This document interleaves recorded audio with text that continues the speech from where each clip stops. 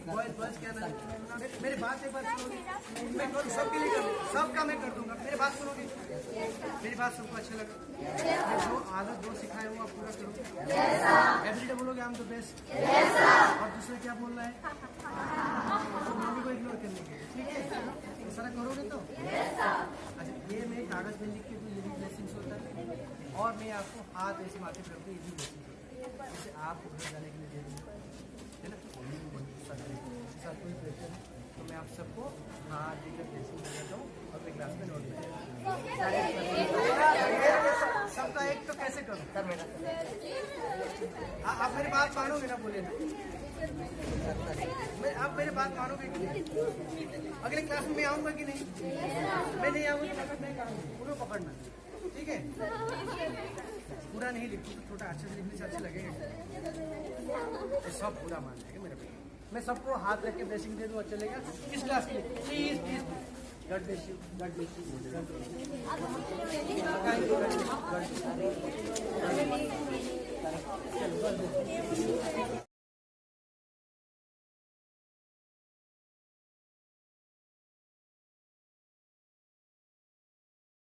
करुणा और कठोरता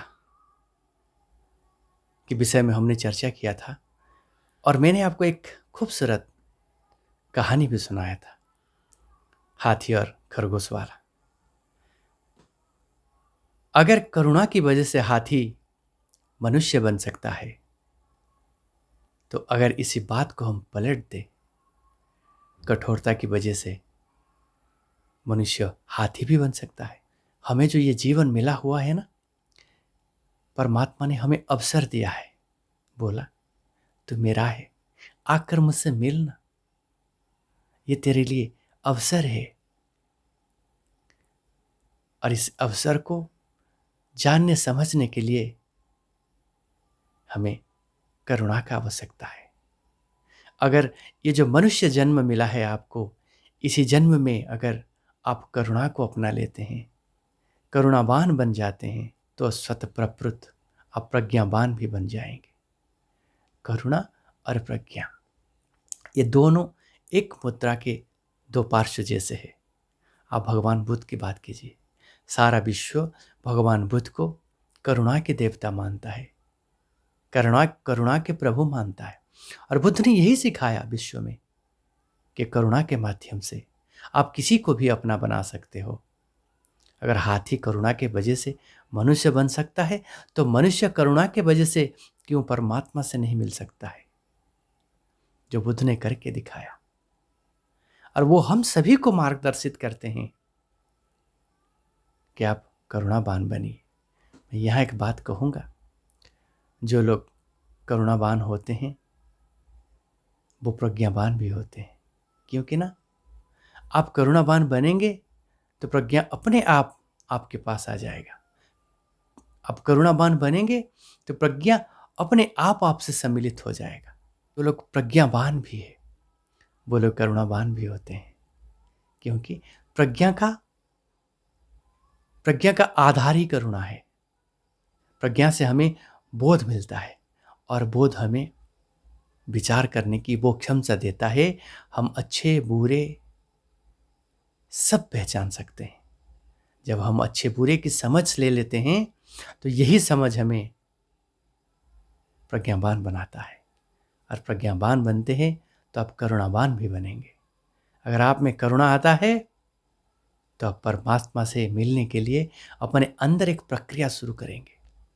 वो प्रक्रिया प्रार्थना का हो सकता है, ध्यान का हो सकता है, योग का हो सकता है, भक्ति का हो सकता है, कुछ भी हो सकता है।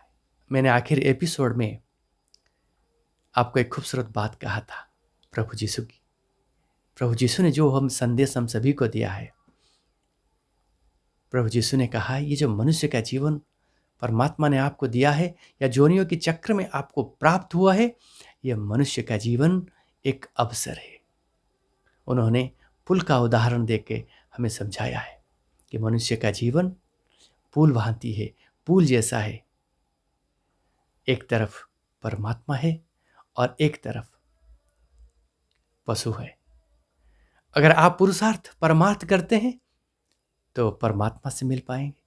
अगर आप भोग विलास में खुद को लिप्त करते हैं तो फिर से जोनियों की चक्र घूमेगा, न जाने किसी जोनी में आप फिर से चले जाओगे।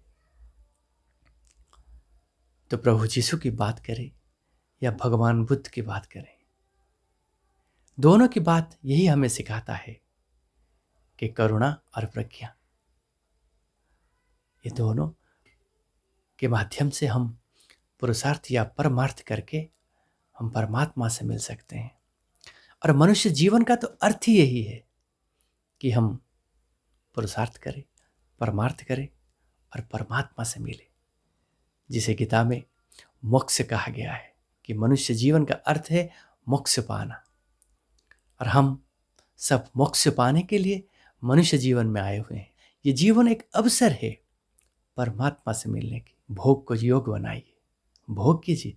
मनुष्य जीवन मिला हुआ है भोग करने के लिए, तो योग के माध्यम से भोग होना चाहिए, यानी पुरुषार्थ और परमार्थ के माध्यम से जीवन भोग होना चाहिए, जो परमात्मा से मिलने के लिए मार्ग प्रशस्त करता है।